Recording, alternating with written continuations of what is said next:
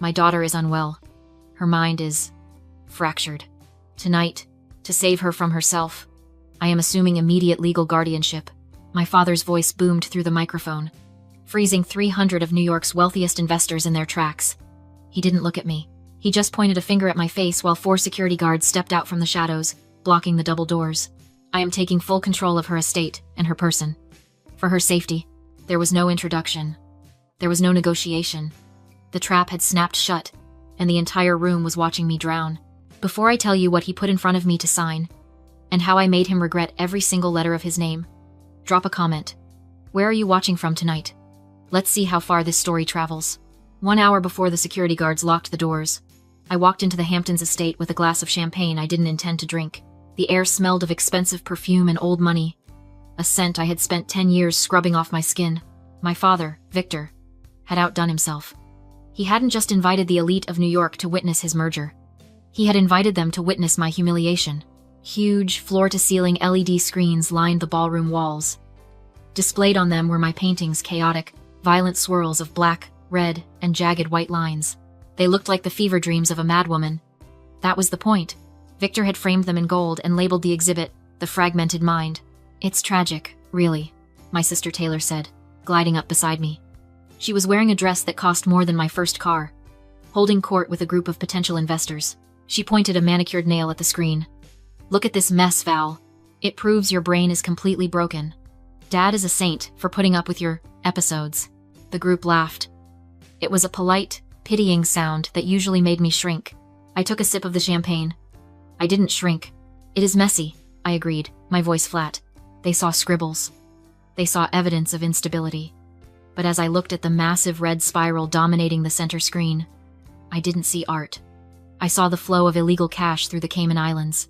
The jagged black lines weren't brushstrokes. They were the exact routing paths of a human trafficking network operating out of the port of Newark. They thought they were looking at a painting. They were looking at a federal indictment map. My name is Valerie Stone. I am 29 years old. To my family, I am the disappointment, the failed artist, the unstable daughter who needs to be managed. But the world knows me as the chief federal prosecutor for the RICO division. I spent the last decade building a new name, a new face, and a conviction record that made cartel bosses sweat. I didn't come here tonight to reconcile. I came to close the biggest case of my career. Victor stood at the front of the room, playing the role of the benevolent patriarch perfectly. We just want to protect her assets, he told a senator, gesturing vaguely in my direction. She can't be trusted with money. She burns it. I watched him, feeling a cold, clinical satisfaction. He wasn't trying to protect my assets. He was trying to liquidate them. He needed a scapegoat for the millions he had embezzled. And a crazy daughter was the perfect cover. You're zoning out again, Taylor snapped, snapping her fingers in front of my face. Try to act normal for one night. Dad's merger depends on people thinking this family is stable. Don't embarrass us. I won't, I said. I'm just admiring the view. I wasn't looking at the guests. I was looking at the exits. I was counting the security detail. I was watching Senator Thorne, my boss and the director of the FBI, casually mingling near the bar in a tuxedo, waiting for my signal. They laughed at me then, treating me like a cracked doll that needed to be put back in its box. But they didn't know that the laughter was sealing their financial doom. Every insult they threw at me was just another line in the transcript I was building in my head.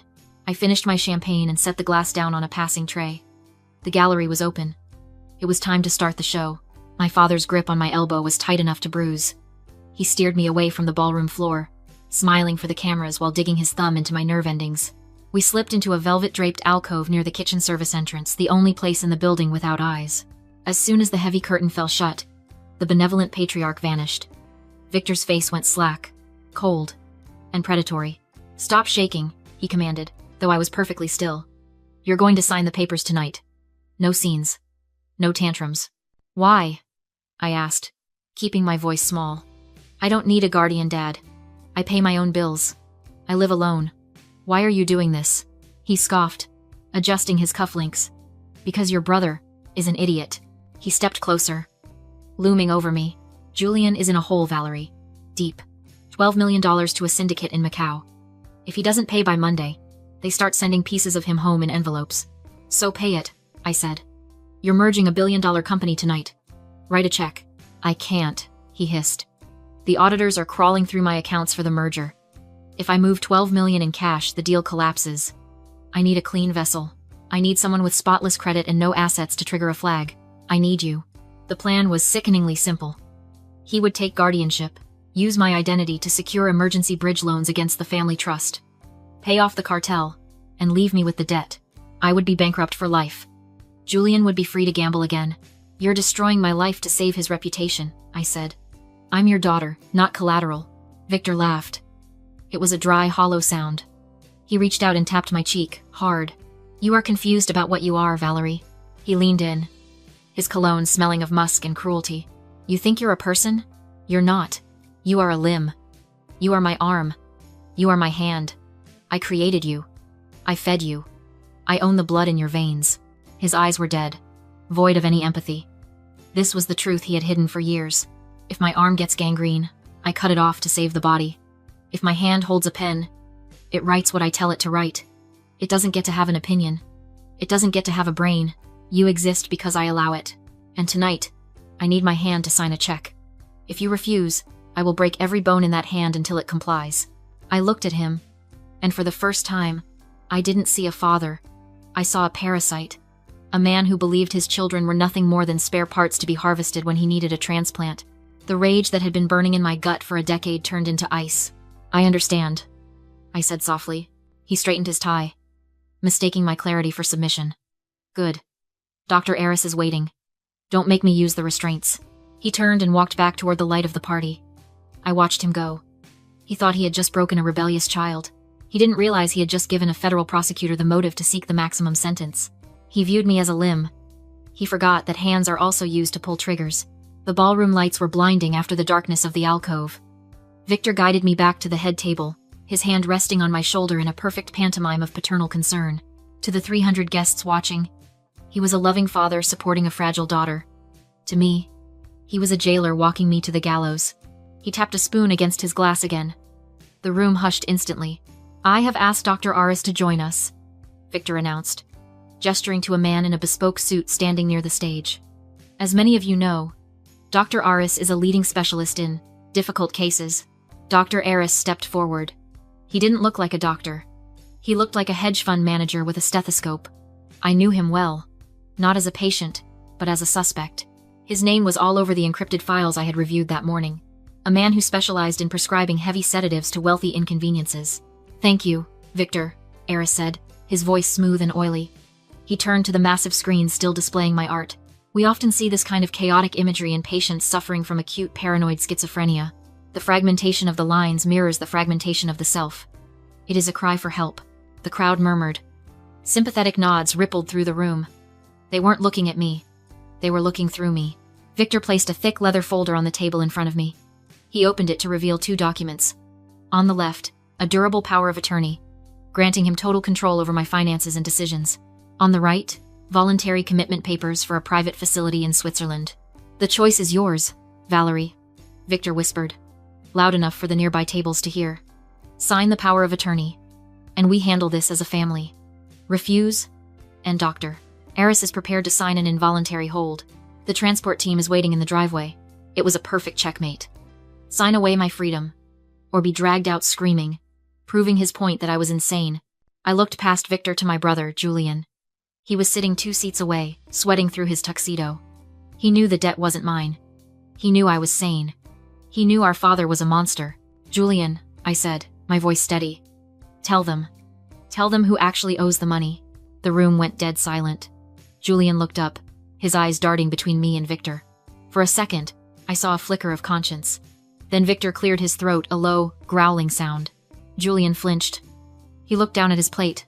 Just sign it, Val, he muttered, his voice shaking. You're sick. Dad is just trying to help. Don't make a scene.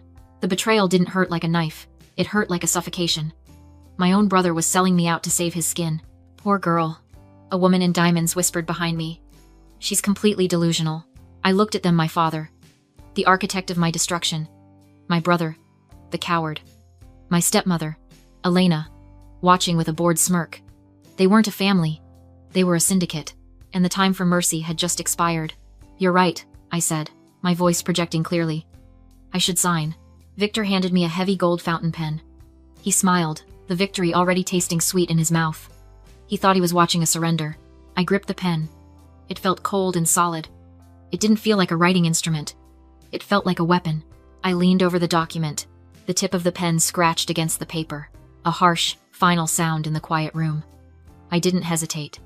I signed with a flourish, the ink glistening under the chandelier light. Victor snatched the document from the table before the ink was even dry. He held it up like a trophy, a grin spreading across his face that was pure, unadulterated greed. He turned to the crowd, opening his mouth to announce his victory, to tell them that his poor, broken daughter was now safely under his care. Then his eyes dropped to the signature line. His smile faltered. He squinted, bringing the paper closer.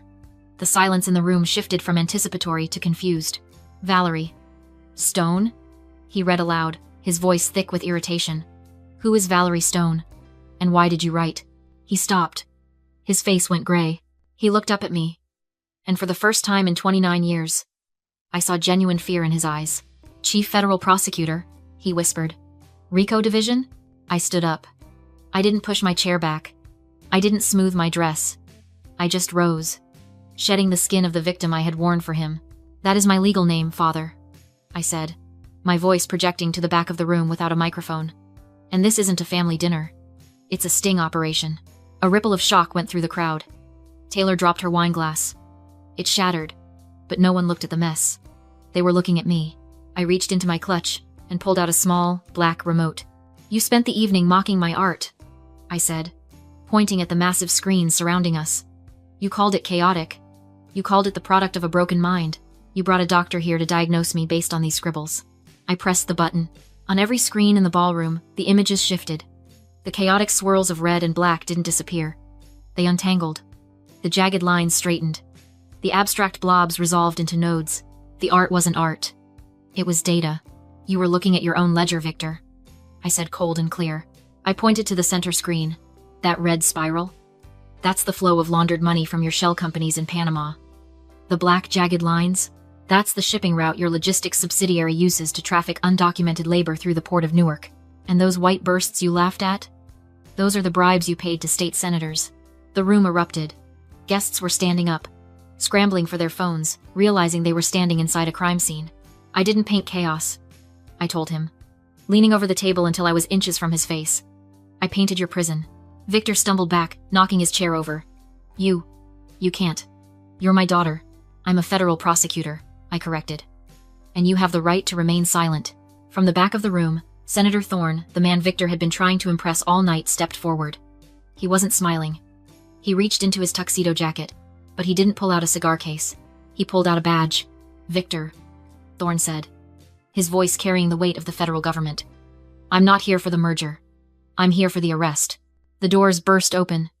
This time, it wasn't catering staff. It was a tactical team. Jackets emblazoned with FBI. Dr. Aris tried to run toward the kitchen, but a federal agent tackled him before he made it 3 steps. My stepmother, Elena, let out a shriek as handcuffs clicked around her wrists. Julian sat frozen, staring at the screens, watching his gambling debts displayed as data points in a federal indictment. Victor stood alone in the center of the chaos, the power of attorney document crumpling in his hand. He looked at me, pleading. Valerie, he gasped. I'm your father. You made it very clear I was just a limb, I said. And this is me cutting you off. The handcuffs clicked around Victor's wrists. The sound echoed in the stunned silence of the ballroom. It should have been the end. It should have been the moment he lowered his head, begged for mercy, or screamed in denial. Instead, Victor Stone started to laugh. It began as a low chuckle and rose to a bark of genuine amusement. He looked at Senator Thorne, then at the agents holding his arms, and finally at me. He didn't look like a man who had just lost everything. He looked like a man who had been waiting to play his favorite card. Wait, he told the agents. His voice was calm, authoritative. Check my inside jacket pocket. Don't move. An agent barked. Check the pocket, Victor repeated, his eyes locked on mine. Or you'll miss the part where your chief prosecutor destroys her own life. Thorne nodded once. An agent reached into Victor's tuxedo jacket and pulled out a folded, heavy document. Give it to her, Victor said. The agent handed me the paper. I unfolded it. My blood ran cold before I even finished reading the header. The document was a 10-year-old promissory note for $40 million, issued by a cartel shell company. At the bottom was my forged signature. Victor admitted it casually. I was 19 and away at college. so he used my clean record to guarantee a massive loan. With a smug smile, he told me to read the default clause. If he went bankrupt or was arrested, the entire debt would fall on the guarantor me. I instantly understood the consequences. A federal prosecutor suddenly owing cartel money would be suspended, disbarred, financially frozen, and professionally ruined. Even if I proved forgery, I would lose everything long before a judge cleared my name. Victor leaned across the table, triumphant, and gave his ultimatum. Drop the charges and let him walk, or he triggers the default and destroys my career. Julian gloated. Senator Thorne paled. He knew the law. Victor thought he had me checkmated, but he forgot his own history. I took out another file, a court order from 12 years earlier, when my mother died and he fought to seize my inheritance by having me declared mentally incompetent. He kept that order active for 3 years, long enough to drain every dollar and control my life. And during those years, specifically, when I was 19, he signed that loan in my name. A contract signed by a legally incompetent person is void from the start. The loan was never guaranteed by me at all. Victor collapsed as the trap reversed. Julian went white when I pointed out the final clause. Without a valid guarantor, the debt transfers to the next family beneficiary. He now owed $40 million to the cartel. Agents dragged Victor away. Julian screamed for protection. Elena and Taylor were detained for questioning over the shell companies. No one shouted insults anymore. They were terrified. I took Victor's chaos art off the wall as the agents dismantled the room. Outside, I tossed it into my trunk.